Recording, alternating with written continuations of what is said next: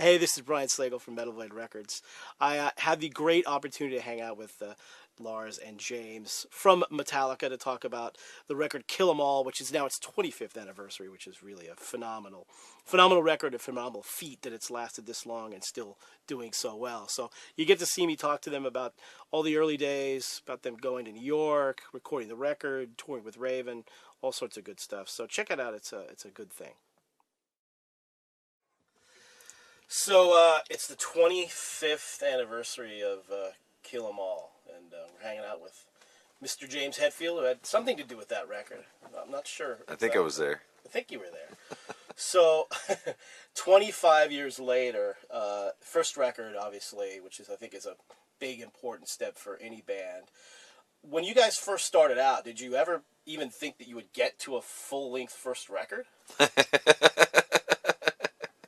Well, you know, we were just happy to get off of work and show up in Ron McGovney's garage and have a place to jam. I mean, that was enough. And then it becomes not enough, and you think, well, the next thing is you do a gig, and then the next thing is, oh, you write more songs and this and that, and you do the demo, and all of a sudden, well, you get a song on someone's compilation record. Quality wasn't that important to us. It was the content, and actually, getting to that point of doing a record, when we finally went out east, Johnny Z got us out east, we drove the U-Haul all the way out there and got funds together for the record. We were up in Rochester, New York, and, we never been to New York, and all of a sudden we're recording a record out out there, and making a record. We had done demos before. We kind of knew what we want. I knew what I wanted guitar wise and stuff, and but you always have you have dreams, man. You have visions of. I remember being at school writing. I'm drawing up the band I'm gonna be in. I already know the name of the record. I know what it's gonna look like and all this stuff, and it's a dream that started to come true, and I remember sitting down talking about the title, Metal Up Your Ass was the title of the record, and we have the artwork, the toilet and the blade and all of this, and well, you can't have that, no one's going to sell it, and we got to come up with another title and all of that, but just all of the creative things that go around, making a record. But yeah, I mean, we had the songs. We had been playing those songs in the clubs forever. Kill 'Em All is basically, the first, 10 songs that we wrote. We were pretty particular about, I remember very early on with James having, what's the point of writing a song if it's not good enough to go on the record? So we were very kind of anal. But, every song, so Kill 'Em All is literally the first 10 songs. It's not, there was 16 and 10 of them made it on the record. I think that the last two, there was the famous, No Life Till Leather demo that had 7 songs on it. And I think that song 8 and 9 was No Remorse and Whiplash. Those were finished right around the time that I think Cliff joined the band. And we went and did a demo of those up in Walnut Creek up in Northern California. And then, of course, the 10th song being the bass solo song. So by the time we went to San Francisco, I think that pretty much all the songs were done or very close to being done. It wasn't like we, wrote. I mean, we were writing when we got to the East Coast, but those were the songs. That was Fight Fire and For Whom the Bell Tolls and whatever that ended up on the next record. So all the songs on Kill 'Em All were pretty much written. We formed in the fall of '81. We started writing in, after we learned all our Diamond Head covers and all the rest of it. We started writing right in the spring of '82. So most of the songs were written in '82, and then the last two, like I said, No Remorse and Whiplash. Seek and Destroy. I remember writing that in my little pickup truck when I'm working at the sticker factory in Whittier. I'm listening to Diamond Head, single note riffs, and it's like, hey, this is pretty catchy. Go over to Lars's place in Newport, and in his dad's meditation room. We take all the mattresses and put them up against the wall, and we write "Seek and Destroy," and we're headbanging, through his house there, and so slowly started, writing songs. Some of the songs were things that I had before, like "Hit the Lights," or lyrics that were from other things. "No Remorse" was some other song. So really kind of, and I think the uniqueness of the writing of that record was we're writing new music, but here's some old lyrics we're just going to shove in there. And so some of the phrasings are really kind of different and, maybe not the way you would have written them back then, but they helped us write the music around it. And, but yeah, we had the songs. We'd been playing them in the clubs for a long time, so we were very well rehearsed. So when we went in to record them, there wasn't a lot of messing around time. Early May, something like that. I think we went up to Rochester and started what's called Barrett Alley with the studio. But we were psyched. It was a cool studio. We felt pretty good, and also it wasn't like, as then has happened on every record since then. I mean, even Ride the Lightning, the next record a year later, we wrote 2 of the songs in the studio. Master Puppets, we wrote songs. I mean, we walked into Barrett Alley in May of '83 with all the songs just ready to go. I mean, it became about executing, and it became about capturing. It wasn't necessarily super sort of creative sessions. It's like, oh, what are we doing? And blah. It was just like go in and fucking play and nail it. When you got there, did you guys feel that you were ready to record, or did you feel you needed more time to play out? Like, what was the mindset when you got there and you were getting ready to record? Well, I mean, there was one speed bump along the way. Which yeah, well, was, yeah. A little minor speed bump. Yeah, minor speed bump there. Which that was really the first thing that had to be dealt with when we got there, because when we left San Francisco, everything was fine. When we got to New York 10 days later, things were less hunky-dory in the band, and obviously it was the first time that we had all lived together, shared, been sort of locked and sharing a very small amount of space, and we realized, unfortunately, that things were probably not going to work out with Dave. And literally, we walked into Johnny Z's place, we got to his house, and we all crashed on his couch, and blah, blah, blah, and we walked in, and basically the first thing was like, I just gotta tell you something. Hi, nice to meet you. How you doing? Nice family, nice kids. So,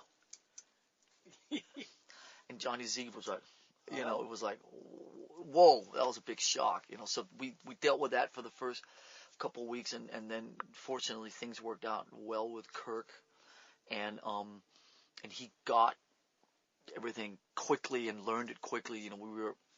We ended up living in Jamaica, Queens, in a kind of an old furniture warehouse. So basically, I think through the month of April, we were hanging in Jamaica, practicing, and working with Kirk, and then playing gigs on the weekends. And but you got to remember that,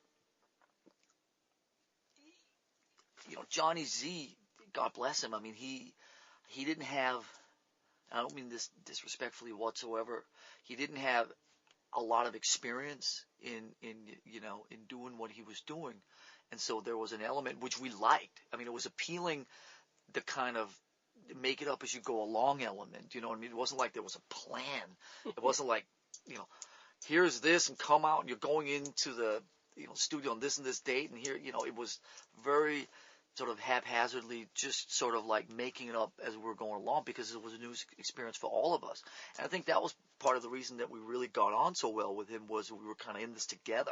Do you know what I mean? It wasn't like him and us. It was like we're all doing this together, and we sort of believed in each other, and it was a pretty cool shared experience. Yeah, we get into the studio recording. What I remember of the place, we were on different levels. I don't know if that's exactly accurate, but I remember not being able to see Lars while I'm playing, and that was a little frustrating. The drum room was somewhere else, and we're obviously used to being each other's faces.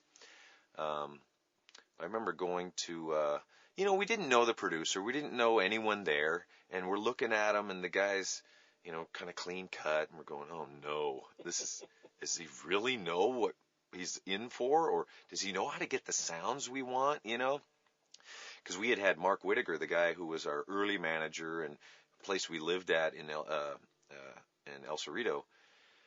He was doing, engineering school, so he was helping with the sounds, and he helped with. There was a demo after the No Life to Leather that had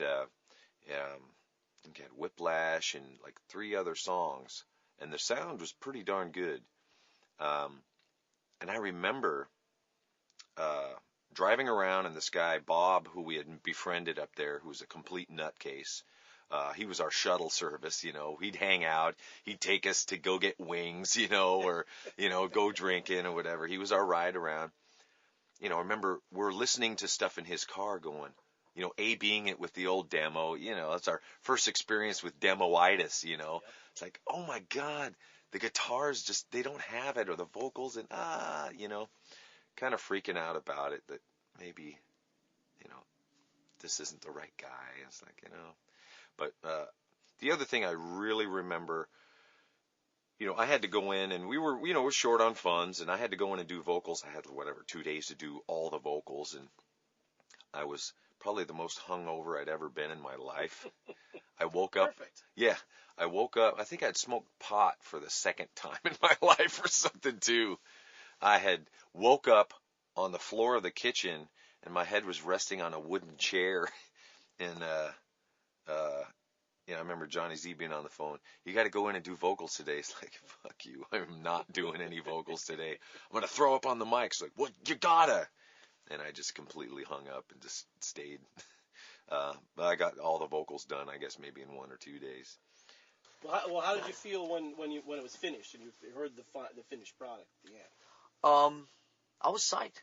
I thought that that the record obviously sounded good. It was a big thing about this Barrett Alley place had these really big rooms, so we thought the record was really nice and ambient and that whole thing, which of course was nothing compared to the Ride the Lightning record, which was really like next level up in terms of production. We're actually sitting, James and me, talking a couple days ago about how such a big thing back then, and you can probably remember that was production. Oh, we got to get, Chris to Sangaritas, or we got to do this, or Martin Birch. Ooh, it's a production. The sounds, it's like now you just fucking go in and play. And I mean, it's almost like you're trying to play it down now. You just want it to sound like garagey, and you don't want to fuck with it too much. Back then it was like, Def Leppard was on the radio every half hour. Ooh, listen to the kick drum. And I mean, I remember sitting there being super psyched about the way it sounded, and and obviously it was also a big step up from the demos in terms of sound and so on. And I remember the first time we held the record, it was down in Jersey, right before the Raven tour started, early mid July. It was like, fuck! It was like, you're holding a record, your own record, with the word Metallica. That was a pretty big moment. Boy, I listen back to those vocals and go, who is that? Yeah. Who is that? Who is she? I mean, some of his high screaming stuff. It's like, wow. And whether my balls hadn't dropped completely by then, or I don't know, but when you're first start, I was really thrown into the singing part. I wanted to be a singer really bad growing up. My poster was Steven Tyler and Joe Perry together in this one picture, and I wanted to be both of them.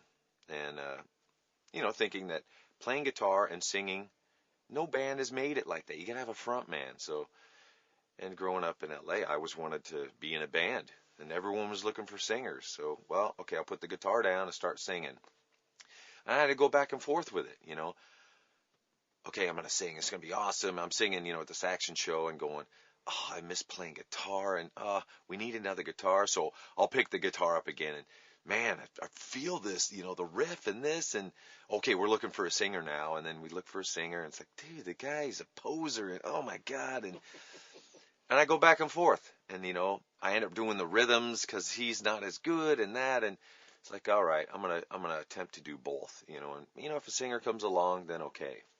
And I was not taking lessons. I was not, I was listening to Lemmy. Lemmy was kind of, okay. He's as long as you got attitude, you don't have to be able to sing, And that was kind of the attitude around those days, And I did what I could, and my extent of singing was a yeah like that at the end, I'd do a little bump at the end. That's singing, that's my vibrato or something, And slowly over time, obviously being on tour and things, you just get better. The more you sing, you gotta develop a style. So the record's done, it's finished, and you guys go out on tour with Raven. It's your first real, big tour. Well, how was that? How was it touring with those guys? Obviously, you were fans of theirs, and they, I guess, apparently became fans of yours as well, obviously. That was insane. It was, 12 guys in a motorhome, again, about half the size of where we are here, and everybody sleeping on top of each other and driving around in the United States in July and August in a vehicle. The main thing I remember about the vehicle was it had no air conditioning. Perfect. And there was a little Ryder truck, and this camper, the Raven guys call them the camper, and it was great. It was fucking everything you wanted it to be. It was a bunch of 20, 21-year-old kids on the road fucking having the time of their lives. I mean, it was, the Raven guys were a little older than we were and were a little less delinquent than we were. And, they had their fun, but they weren't as nutty as we were. And, fucking just, as soon as the gig was over, then it was just jumped in a vodka bottle and went out looking for girls. I mean, that's pretty much what we did, I remember being in front of, kind of when it all started, we were getting our road crew together, and the Metallica road dogs, as we called them, a lot of guys in Jersey, because that's where we were. I remember being out in front of this guy's house, getting Kill 'Em All for the first time, the record itself, going, whoa, yeah, looking on the back going, oh, it's a wrong picture or something, or, pulling it out and seeing the black and whites on the sleeve, Cliff's all pissed because the picture was wrong, but just, could not believe, this is our record, look, and then when we hit the road, actually taking records out and throwing them out into the crowd, which was, it was very cool, but, every record that got thrown out got broken and destroyed, but, you're getting the record out there. It's kind of cool. We're on tour with Raven, which is one of these things where, before that we were doing gigs with Venom in, the Paramount Theater there, and kind of those early famous gigs, but going on the road with Raven, it was a blast. Heading across the states from east to west in a Winnebago and a white truck with all our gear in it, and we're sharing the Winnebago with Raven, and we're fighting for the top bunk and all of this, and those guys were a little bigger than us at the time, and especially the drummer, and how did you understand them? First time I ever met them, I couldn't understand a word they said. They talked 1,000 miles an hour, that crazy accent. Yeah. Oh, it took some, there was a learning curve, no doubt. And they'd make fun of us, and then we finally got to understand when they're taking the piss and when they're not. We learned the English humor early on, we definitely survived, and they learned quite a bit, I'm sure, as well about America at that time. No, definitely you could feel. It was a fairly unorthodox tour in that it was. We played a couple shows in the New York area, and then a show in Rochester or something. Then the next gig was in Arkansas or something. We played 4 shows in Arkansas in cities you've never heard of, and it was very